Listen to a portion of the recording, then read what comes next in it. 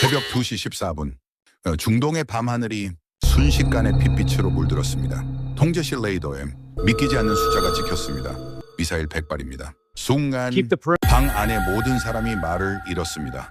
도시에 도달하기까지 남은 시간은 단 5분. 누군가 떨리는 목소리로 중얼거렸습니다. 이건 막을 수 있는 숫자가 아닙니다. 그 자리에는 30년 경력의 미사일 방어 전문가도 있었습니다.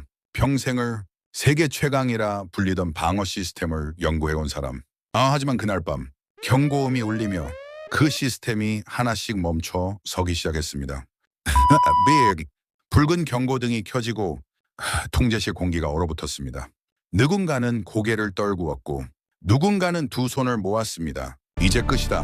모두가 그렇게 생각한 바로 그 순간이었습니다. 통제실 구석. 아무도 신경 쓰지 않던 작은 모니터 하나가 갑자기 켜졌습니다. 그리고 단 10초 뒤 현장에 있던 베테랑 군인들의 표정이 순식간에 경악으로 굳어졌습니다. 레이더 화면 위에서 도저히 설명할 수 없는 장면이 펼쳐지고 있었기 때문입니다. 하늘을 향해 날아오른 무언가가 떨어지던 미사일들 사이를 가르며 마치 사냥꾼처럼 하나씩 추적하고 있었습니다. 그리고 공중에서 꽝! 첫 번째 미사일이 사라졌습니다. 꽝! 두 번째. 그리고 또 하나. 믿기지 않는 속도로 하늘에서 폭발이 이어지기 시작했습니다. 그 장면을 지켜보던 중동의 한 장군이 떨리는 목소리로 물었습니다. 저건 대체 뭐지? 발사하고 있어. 하지만 통제실 안 그 누구도 대답하지 못했습니다. 왜냐하면 그 무기는 그들이 알고 있던 어떤 무기와도 완전히 달랐기 때문입니다. 그리고 그날 밤 전 세계 군사 전문가들이 같은 질문을 던지게 됩니다. 저 괴물 같은 방어 무기는 대체 어디서 온 거지? 지금부터 그날 밤 세상을 뒤집어 놓은 믿기지 않는 실화를 들려드리겠습니다. 안녕하세요 여러분, 감동 복조리입니다. 오늘도 이렇게 찾아와 주셔서 감사드립니다. 아직 구독 안 하신 분들은 지금 바로 구독, 좋아요 꾹 눌러주세요.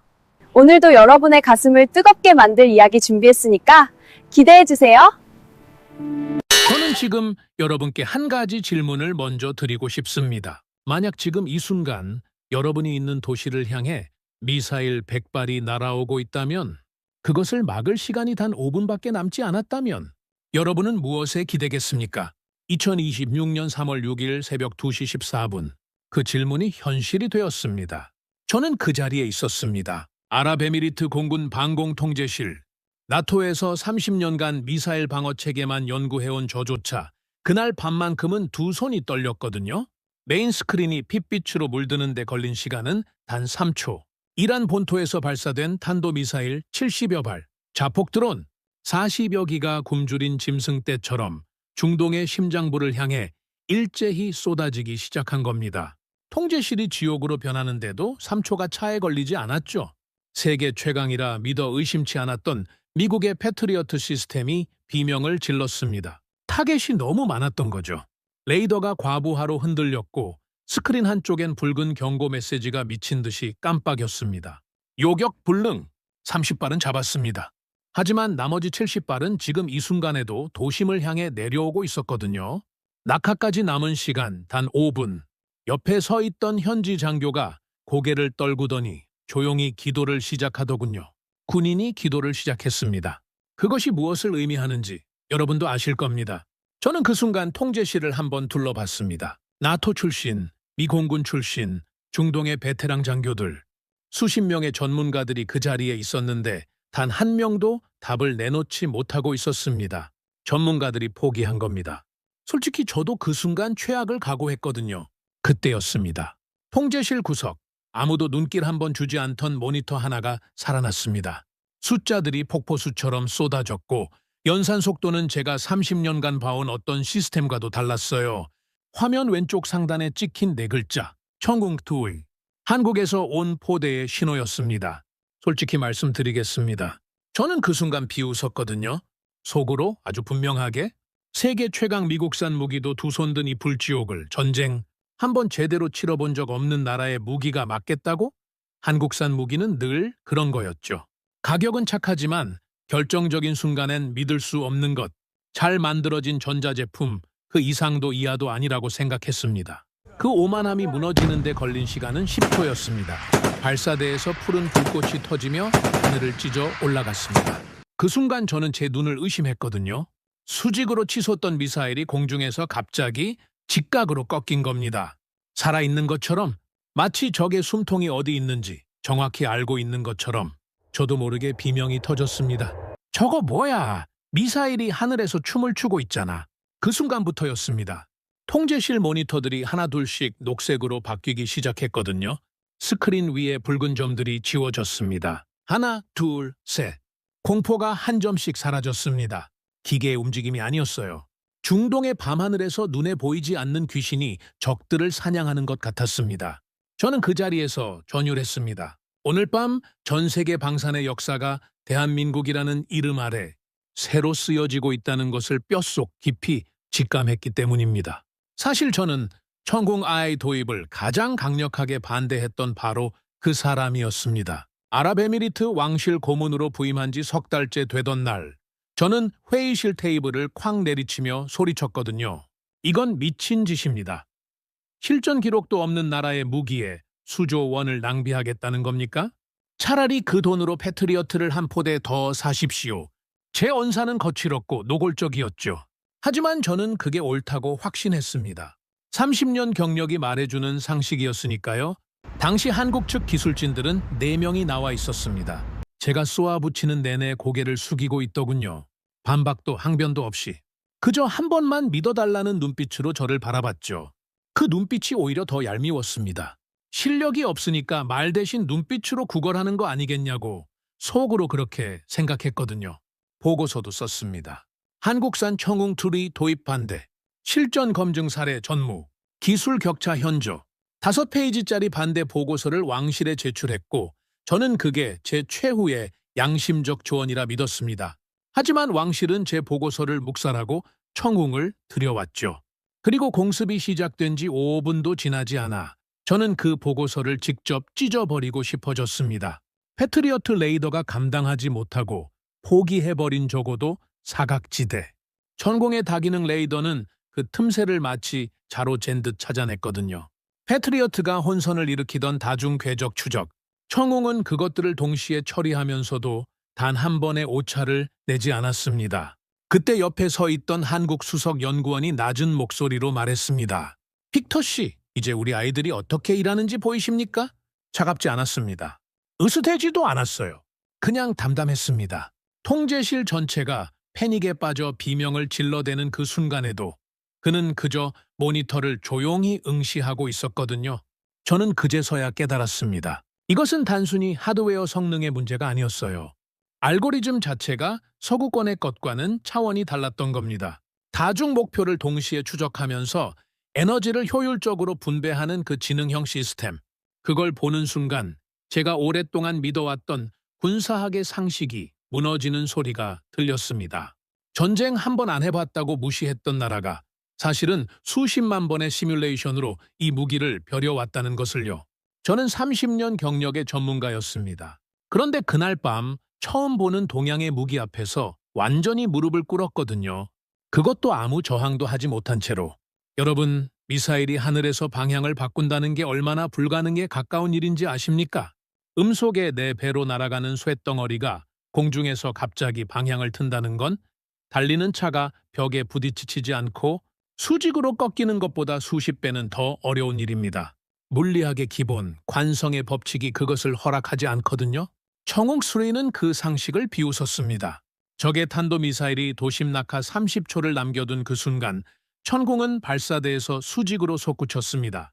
냉발사 콜드 런치 방식이죠. 그런데 그 다음이 문제였습니다. 수직으로 치솟던 미사일이 공중에서 갑자기 옆으로 툭 밀려나듯 궤도를 꺾어버린 겁니다. 미사일 옆면에 달린 소형 보조 로켓들이 0.01초의 찰나에 일제히 점화되며 비행 궤적을 통째로 바꿔버렸거든요. 이것이 바로 한국이 독자 개발한 측출력 제어 기술입니다. 제 바로 옆에 서 있던 로키드 마틴 수석 엔지니어의 입이 딱 벌어졌습니다. 저 속도에서 어떻게 저런 횡기동이 가능해? 제어 시스템이 미쳤어. 우리가 수십 년 동안 풀지 못한 문제를 저 녀석이 그냥 해버린 거야? 과장이 아니었습니다. 서구권 방산 기업들이 수조 원을 쏟아붓고도 번번이 실패했던 바로 그 난제를 한국이 너무나 조용히 풀어버린 거였거든요. 하지만 청웅의 진짜 공포는 그 다음이었습니다. 적의 탄도미사일들이 격추를 피하려고 마지막 순간에 회피 기동을 시도하며 궤적을 비틀었습니다. 그런데 청웅은 마치 적의 다음 움직임을 미리 알고 있는 것처럼 미세하게 각도를 틀며 추격을 이어갔거든요. 그리고 마지막 순간 적의 탄두를 정면으로 들이받아 완전히 분쇄해버렸습니다. 직격 파괴 방식이죠. 폭발하며 산산조각난 탄두들이 빛의 파편처럼 하늘에 흩어졌습니다. 지상엔 단 하나의 위협도 떨어지지 않았어요. 저는 모니터에서 눈을 뗄 수 없었습니다. 천궁 미사일 한 발이 날아오를 때마다 스크린에 붉은 점이 하나씩 지워졌거든요. 하나, 둘, 셋. 공포가 한 점씩 지워지는 그 선명한 광경. 한국의 기술력이 중력과 관성이라는 자연의 법칙마저 굴복시키는 순간이었습니다. 이제 더 이상 서방의 무기체계가 최고라고 말할 수 없는 시대가 왔음을 저는 그 자리에서 뼛속 깊이 확신했습니다. 공습 시작 15분. 통제실을 가득 채웠던 비명과 사이렌이 거짓말처럼 잠잠해졌습니다. 메인 스크린 위로 최종 요격 보고서 한 장이 떠올랐거든요. 저는 그 숫자를 보는 순간 멍하니 서서 아무 말도 하지 못했습니다. 요격 성공률 96%, 100발에 가까운 미사일 중 96발이 공중에서 가루가 된 겁니다. 나머지 4발도 이미 무해한 파편으로 처리가 완료된 상태였으니 사실상 완벽한 방어였죠. 미국의 패트리어트가 실전에서 70%만 기록해도 기적이라 불리던 시절이 있었거든요. 그런데 한국은 단 한 번의 첫 실전에서 그 기록을 완전히 갈아치운 겁니다. 아무런 예고도 없이, 아무런 요란도 없이 저는 옆에 있던 한국 엔지니어의 손을 잡았습니다. 잡고 싶어서가 아니었어요. 손이 먼저 움직였습니다. 목소리가 떨렸습니다. 당신들 정체가 뭡니까? 이 숫자가 진짜 실전에서 나온 겁니까? 그는 땀을 닦으며 옅게 웃었습니다. 그리고 짧게 말했어요. 우리는 단 한 발의 실수도 용납할 수가 없습니다. 그게 우리 방식이니까요. 온몸에 소름이 돋았습니다. 그 담담한 대답에서 저는 무언가를 보았거든요. 자만이 아니었습니다. 과시도 아니었어요.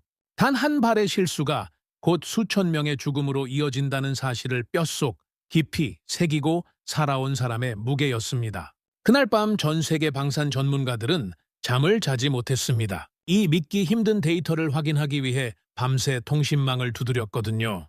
96%. 이 숫자는 단순한 통계가 아니었습니다. 한국이라는 나라의 완벽주의와 집념이 만들어낸 성적표였죠. 이제 전 세계 어느 나라도 어느 전문가도 한국의 무기를 가성비라는 단어로 깎아내릴 수 없게 되었습니다. 하이엔드 무기 시장에 새로운 지배자가 등장한 거죠. 저는 그날 밤 서랍 속의 교과서들을 꺼냈습니다. 그리고 덮었습니다. 30년 경력이 하룻밤에 무력해지는 경험을 하고 나서 비로소 새로운 걸 배울 준비가 되었거든요. 새 교과서 첫 페이지의 이름은 단 2글자였습니다. 대한민국? 해가 밝기도 전에 중동 전체가 뒤집혔습니다. 소문은 사막의 모래바람보다 빨랐거든요. 한국의 천군기 이란 미사일 96%를 공중에서 지워버렸다는 소식이 퍼지는데 2시간도 걸리지 않았습니다. 사우디아라비아, 이라크, 카타르, 요르단, 주변국 국왕들이 한밤중에 한국 대사관으로 긴급 전화를 걸기 시작했죠. 새벽 4시, 아랍에미리트 한국 대사관 앞에 외교 차량들이 장사진을 이루고 있었습니다. 요구는 단 하나였죠. 백지수표라도 좋다. 우리에게도 청웅을 먼저 팔아달라. 어제까지만 해도 미국 방산 전시장에 줄을 서던 그들이었거든요. 그런데 이제 한국 엔지니어의 얼굴을 한 번 보는 게 그들의 최대 과제가 되어버렸습니다. 한 중동의 왕자는 자신의 전용기를 서울로 보내 생산 라인을 통째로 사오겠다고 으름장을 놓았다더군요. 또 다른 국가는 10년 계약에 선불 지급을 먼저 하겠다고 했다죠. 기묘한 풍경이었습니다. 불과 몇 달 전만 해도 거들먹거리던 글로벌 방산 거물들이 한국 중소, 협력업체 관계자들에게 먼저 명함을 내밀며 줄을 서고 있었거든요. 세상이 완전히 뒤집혔습니다. 패트리어트를 운용하던 국가들 내부에서도 불만이 터졌습니다. 왜 우리 무기에서는 96%가 나오지 않느냐? 우리가 산 물건이 낡은 것이냐며 미국 방산업체들을 몰아세웠거든요. 한국은 이제 단순한 무기 수출국이 아니었습니다. 중동의 안보 생태계 자체를 결정하는 절대적인 위치에 올라선 거죠. 공장들은 24시간 풀가동해도 10년치 주문량을 다 채우지 못하는 상황이 되었습니다. 전 세계의 오일머니가 한국의 방산 계좌로 쏟아지기 시작했거든요. 수십 년간 갈고 닦아온 제조업의 저력이 방산이라는 꽃을 피운 결과였습니다. 대한민국이라는 이름이 전 세계 군사 전략의 핵심 키워드가 된 역사적인 순간이었습니다. 이 사건으로 가장 큰 충격을 받은 곳은 미국 본토의 방산 기업들이었습니다. 록히드 마틴, 레이시온, 세계 방산 시장의 포식자들이죠. 그들에게 한국은 기술을 전수해주던 제자였거든요. 패트리어트 시스템 부품 일부를 납품받던 파트너 정도로 여겼습니다. 그런데 제자가 스승의 머리 위로 날아오른 데이터가 눈앞에 펼쳐지자 공황 상태에 빠진 겁니다. 록히드 마틴 수석 엔지니어들은 청웅 이케의 격추 영상을 프레임 단위로 분석했습니다. 자신들이 수십 년간 수조 원을 쏟아붓고도 해결하지 못한 난제, 종말, 유도 단계의 급회전 제어 문제를 한국이 풀어낸 그 방식을 도저히 이해할 수 없었거든요. 한 미국 전문가가 저에게 사석에서 조용히 고백하더군요. 빅터, 이건 연구소에서 만든 물건이 아니야. 수만 명의 엔지니어가 영혼을 갈아 넣어 만든 작품이야. 하드웨어만이 아니라 그 안에 소프트웨어, 알고리즘, 코드 하나하나에 사람의 혼이 담겨 있어. 우리는 도저히 따라갈 수가 없어. 그 말이 무거웠습니다. 세계 최고라 자부하던 사람의 입에서 나온 말이었으니까요. 단순히 하드웨어가 좋은 게 아니었거든요. 0.0001초의 찰나의 미사일의 자세를 제어하는 정교한 알고리즘, 그 코드가 서구권의 기술력을 비웃고 있었던 겁니다. 수십 년간 양산화된 서구식 방산 문법이 아닌 한국만의 방식으로 문제를 풀어낸 그 독창성, 그것이야말로 흉내낼 수 없는 진짜 무기였습니다. 이제 전 세계 방산 기업들은 한국이라는 거대한 벽을 마주하게 되었거든요. 하이엔드 시장에서 한국은 더 이상 추격자가 아니었습니다. 이미 선두에 서서 자신들만의 길을 개척하고 있었죠. 우리가 한국에 기술을 가르쳐줬다고 자만하던 시간은 끝났습니다. 이제는 우리가 한국에서 배워야 할 처지가 된 거죠. 거인들을 무릎 꿇린 대한민국 엔지니어들의 저력, 그것은 전 세계 군사 기술의 패러다임을 뿌리째 흔들어 놓았습니다. 공습이 끝난 새벽, 저는 장비를 점검하는 한국 연구원들 곁으로 다가갔습니다. 수조 원의 계약을 따낸 영웅들, 전 세계를 경악하게 만든 그 사람들. 하지만 그들은 너무나 평범했거든요. 낡은 작업복에 기름때 묻은 손으로 묵묵히 나사를 조이고 데이터를 확인하고 포대를 점검하고 있었습니다. 자축도 환호도 없이. 저는 나이 지긋한 수석 연구원 곁에 섰습니다. 한참을 망설이다 물었습니다. 당신들의 그 힘은 어디서 나오는 겁니까? 전 세계가 지금 당신들 이름을 부르는데 왜 이렇게 아무렇지 않은 거죠? 그는 손에 들고 있던 공구를 잠시 내려놓더니 허허 웃으며 제 어깨를 두드렸습니다. 그리고 천천히 말했죠. 빅터 씨, 우리는 60년 전 총 한 자루 없어 남의 도움만 받던 나라였습니다. 나라를 지킬 힘이 없어 눈물을 흘려야 했던 우리 아버지들, 할아버지들. 우리는 그 한을 잊지 않았거든요.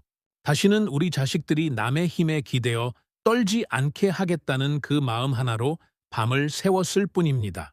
저는 그 말을 듣는 순간 더 이상 아무 말도 할 수 없었습니다. 그들은 단순히 무기를 만드는 기술자가 아니었거든요.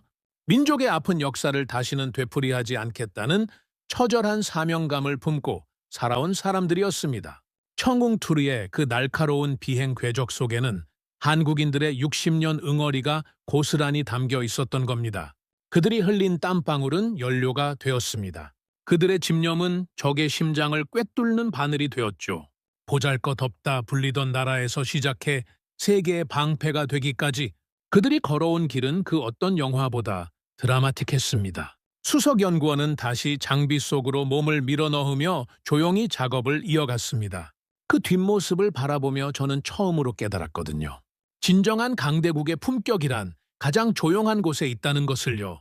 저는 30년 경력의 미사일 전문가라는 타이틀을 잠시 내려놓고 그 뒷모습을 향해 조용히 고개를 숙였습니다. 중동의 밤하늘을 지키는 것은 이제 성조기가 그려진 미사일이 아닙니다. 선명한 태극 로고가 박힌 청웅 투하입니다. 이번 96% 격추 신화는 단순한 군사적 승리가 아니었거든요. 대한민국이라는 나라가 전 세계 하이테크 시장의 정점에 올라섰음을 알리는 장엄한 선언이었습니다.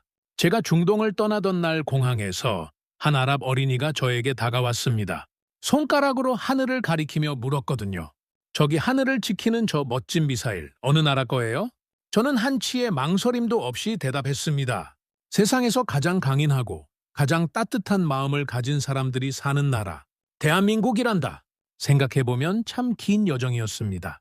원조를 받던 나라가 세계의 하늘을 지키는 수호자가 되기까지 그 사이에 얼마나 많은 사람들이 이름도 없이 밤을 새웠을까요? 얼마나 많은 실패와 좌절이 있었을까요? 하지만 그 모든 땀방울이 결국 하늘에서 빛이 되었습니다. 저는 지금도 그날 밤 레이더 모니터 위에서 하나씩 지워지던 붉은 점들을 생각합니다. 그것은 단순히 적의 미사일이 사라지는 장면이 아니었거든요. 한국인들의 60년 서러움이 하나씩 풀려나가는 장면이었습니다. 대한민국이라는 나라의 진짜 힘은 기술이 아닙니다. 그 기술을 만들어낸 사람들의 마음이지요. 다시는 무릎 꿇지 않겠다는 그 조용하고 뜨거운 다짐이 천궁의 엔진이 된 겁니다. 세계가 한국의 이름을 부르고 있습니다. 그날 밤 제가 본 것은 미사일이 아니었거든요. 수십 년간 땀 흘린 사람들의 혼이었습니다. 총 한 자루 없던 나라가 세계의 하늘을 지키는 방패가 되기까지 그 길이 얼마나 험했을지 저는 감히 다 알 수 없습니다. 다만 한 가지만은 압니다. 그 길을 걸어온 여러분들이야말로 이 시대 진정한 영웅이라는 것을 대한민국 여러분들은 충분히 자랑스러워도 됩니다. 오늘 이야기 어떠셨나요? 가슴이 뜨거워지셨다면 구독, 좋아요 꼭 눌러주세요. 여러분의 클릭 하나가 이런 이야기를 더 많은 분들께 전할 수 있는 힘이 됩니다. 감동 복졸이었습니다. 감사드립니다.